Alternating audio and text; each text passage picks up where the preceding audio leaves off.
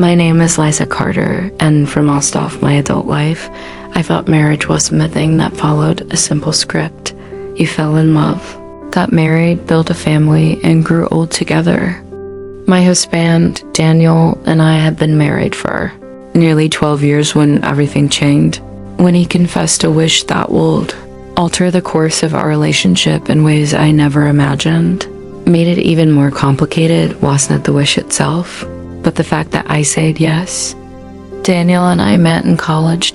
He was studying mechanical engineering and I was in the psychology program.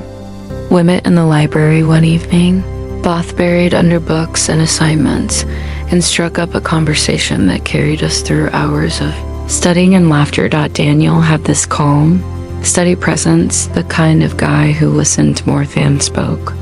I was the opposite. Chatty, curious, always eager to dive into long discussions. Somehow we balanced each other out. After graduation, we got married in a small ceremony at a church in Virginia, surrounded by friends and family. Life felt picture perfect. Daniel got a job at an engineering firm, and I pursued counseling. We bought a house, adopted a golden retriever named Max, and later had 2 kids. Emily, who is 8, and Jacob, who is 5. From the outside looking in, we were the kind of family people envied, the kind of couple others described as solid. But the truth is, even in solid marriages, cracks appear. They're often invisible to outsiders, but heavy to those inside. For us, the cracks began quietly, almost without warning. Daniel worked long hours, often coming home tired, and I was stretched thin, balancing my job, the kids, and the household. Conversations turned more practical than personal, more about bills and schedule lists than feelings and dreams. Still, we cared deeply for each other, and even in the busy chaos, we always tried to make space for one another. It was on our 12th wedding anniversary that Daniel surprised me with his wish. We had Ganado, a quiet restaurant, a rare night without the kids, and the soft candlelight made everything feel intimate again. He held my hand across the table, his thumb brushing gently over mine. "Rebecca," he said, his voice hesitant but steady. "There's something I've wanted to tell you for a long time. It's not easy for me to say, but I think it's important." My heart skipped and immediately braced myself for something terrible. An illness, a layoff, or something about us. I looked into his brown eyes, searching for clues. "What is it?" I asked softly. He took a deep breath. "I have a wish, something I've thought about for years.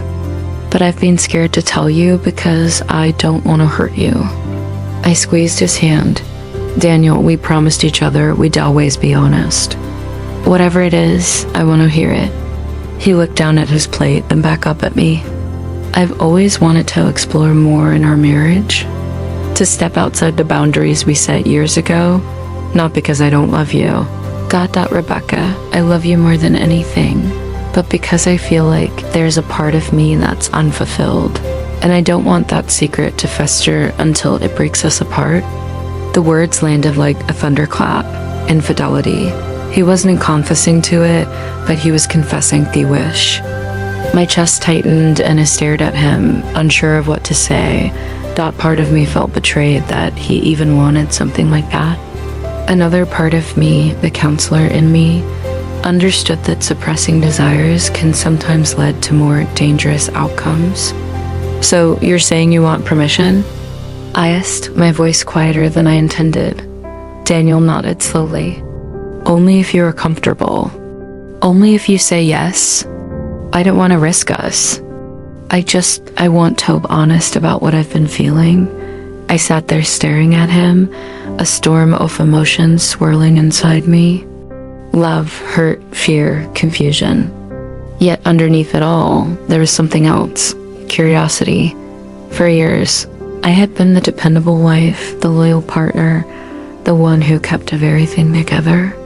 I never allowed Miss to wonder what it would feel like to break the rules, to step into the unknown. His wish cracked open something inside me I hadn't realized was there. That night, I didn't give him an answer. I told him I needed time, and he understood. For weeks, I wrestled with the decision. I spoke with my sister Claire, who advised me to guard my heart. I journaled every night, writing out pros and cons, fears, and possibilities. Most importantly, I paid attention to the way Daniel treated me during this time. He wasn't pushing. He went distant. If anything, he was more attentive, making me coffee and thimmerning, sending sweet texts during that day, helping with the kids more than usual. One evening, as I watched him writing to Jacob in the living room, his gentle voice filling the room, I realized something that shifted my perspective completely. Daniel's wish didn't come from a place of wanting to abandon us. It came from a place of wanting to live fully without lies, to share every part of himself with me, even the uncomfortable parts. That kind-of honesty I realized was rare. So, after weeks of silence, I gave him my answer. Yes, I whispered one night as we lay in bed, the room cloaked in shadows. I'll say yes, not because you want to lose you, but because I trust you and maybe I have wishes. Too. His eyes widened, and for the first time in months, I saw a spark in them, a mixture of relief and joy. He pulled mine to his arms and kissed my forehead, thank you. You have no idea what this means to me. Saying yes was only the beginning. What followed was a journey neither of us could have anticipated. We set boundaries, rules we both agreed upon. Everything had to be honest. No scripts, no lies. We would check in regularly, making sure neither of us felt neglected or disrespected. It wasn't about replacing love. It was about exploring, about understanding in each other more deeply. The months that followed were challenging, filled with moments of doubt and moments of unexpected connection. There were nights when I cried quietly, wondering if I had made a mistake. And there were mornings when Daniel held me close and whispered that I was still his heart, his home, his forever.